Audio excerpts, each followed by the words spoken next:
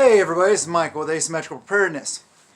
Today's video is going to be a good one. So I am down here in Northern California for the holidays, and I am very near the epicenter of that latest earthquake in Northern California. The epicenter was off the coast of Rio Dell, Ferndale, Fernbridge, Eureka, Arcata area, and so I'm in the area and been talking to some people that live here.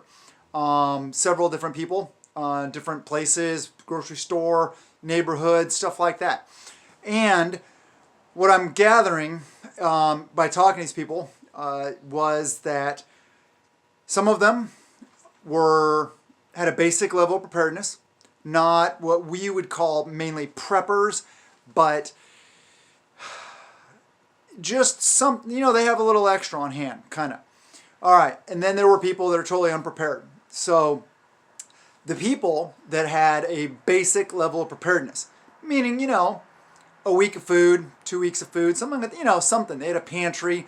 We're very, very glad that they did. Why? Not necessarily that they couldn't. It was fairly, didn't do a ton of damage, stuff like that. It did, it was pretty significant, but they were still able to get to the store probably the next day, maybe the day after that. So maybe they only had to go like 2 days. But there are people out there, I'm sure you know some people out there, they don't have anything. I mean, they have to go to the grocery store every single day or they're not going to eat. This gets into preparedness. And speaking with some people that had a little bit that aren't necessarily preppers was a good conversation. So I think I turned some of them into preppers, which is really cool.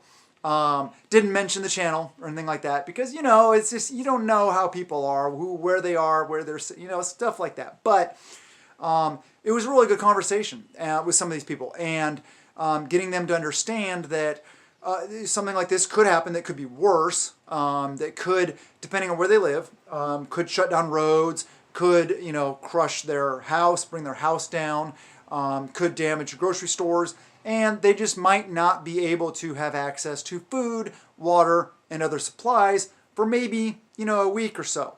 So that's something to think about. Before I get into other stuff, though, before I forget, please, if you're not subscribed, hit that subscribe button, ring the notification bell for all, slam that thumbs up, comment below, and feel free to share the videos. The more people we reach, the more people we bring into the fold of preparedness, the better off everyone will be.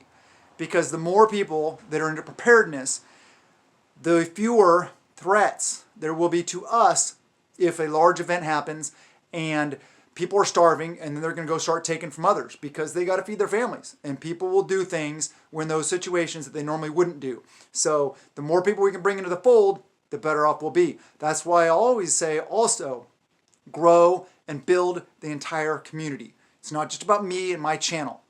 I like my channel, of course, but this is why it's so important to be involved with as many prepper channels as you possibly can, commenting on their videos, having good conversations with other people, learning how other people look at things, learning what their skill sets are.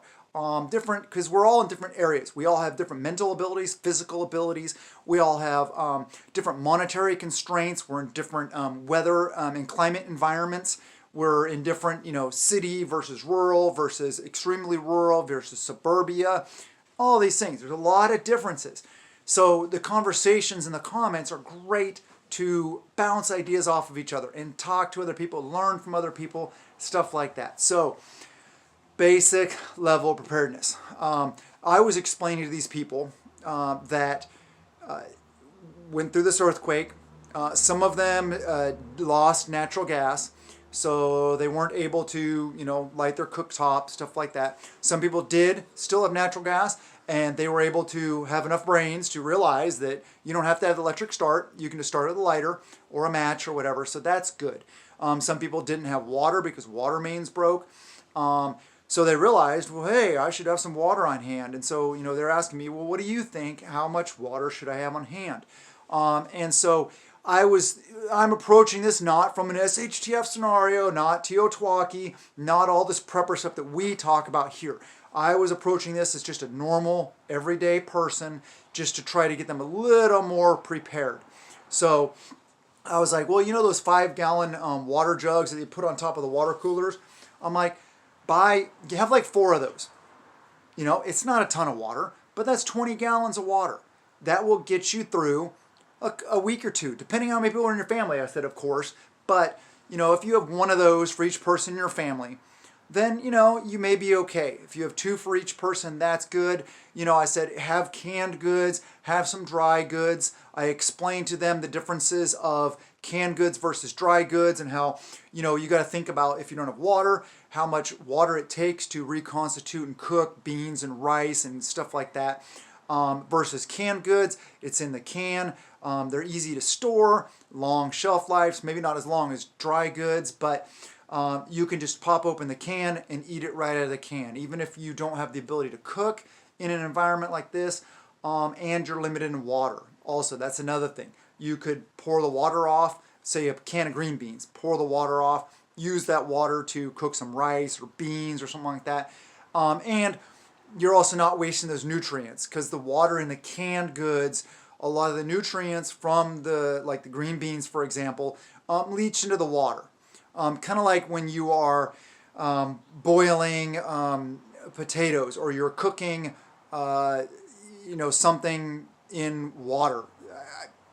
I can't think of something right now, but say you're boiling green beans, and if you don't use the water, then you're losing a lot of the nutrients from the food. So if you can use the water, use it as a soup base, something like that, you'll be better off. But some other things I was talking to them about was, you know, having extra batteries for flashlights, for lanterns, having candles around. But in an earthquake situation and aftershocks, you got to think about things from that aspect. And these are the people I'm speaking to specifically.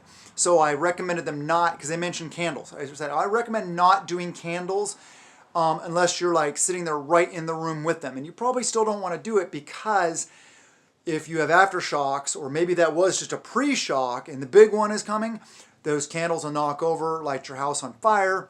Not good. So I recommended to these people in this situation LED lanterns, LED flashlights, some extra batteries for them. Those are all good things.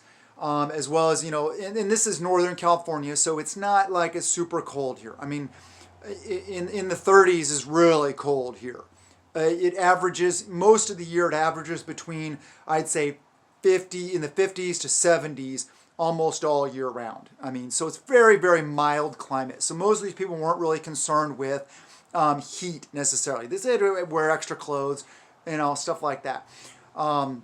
So the other recommendations I had were the fact of, you know, if you lose heat and you are in a cold spell, or maybe it's the dead of winter, and maybe it's, you know, low 40s, maybe it's high 30s, you know, having extra blankets, etc., stuff like that. So it was a good experience, though. I really had a good experience with it, and I hope that you guys also, if you're ever in a situation where you can talk to others, do it, please. Get the word out about preparedness. It doesn't have to be, don't approach it, please, from like zombie apocalypse or into the world as we know it or total economic collapse. Please don't do that. Approach it common sense. Say you lose your job. Say you have an earthquake or tornado, a hurricane, you know, whatever it may be, a forest fire. There's a lot of things, common things, that will get people.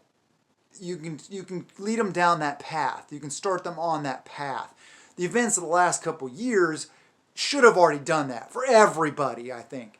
I mean, it's a no-brainer after the last couple years and the increased prices and the shortages and the lockdowns and all the crap we've been through. I can't understand how anybody is not a prepper nowadays. But there are people out there, and here's one thing. What I found about Americans is that we forget very quickly. We as Americans, people, you know, like right after that happened, toilet paper, hand sanitizers, masks, gloves, all this stuff, like they're buying a bunch of that stuff. And then they realized, okay, I gotta have some food on hand, stuff like that, because grocery stores were wiped out. Well, so they do that, but then, you know, a year goes by, and then they're just like, you know, whatever. They eat the food that they had, you know, here and there and stuff like that, and then they don't have any again, and they're like, they just go up this normalcy bias. that everything's just going to be fine all the time, that we're impervious to everything because we're Americans. We're not impervious. America's not impervious. We can fail. We can collapse. We can fall. Just like any other nation. We're not special. Well, I think we are special. I feel that we're still the greatest nation on earth to live because even though they've been infringed upon quite a bit, we still got a lot of good rights, freedoms, and the ability to make our own choices for the most part. So anyway, I hope you guys take every opportunity you can to empower other people, bring more people into the preparedness fold. I love you guys. Have a wonderful day and blessings to you and yours.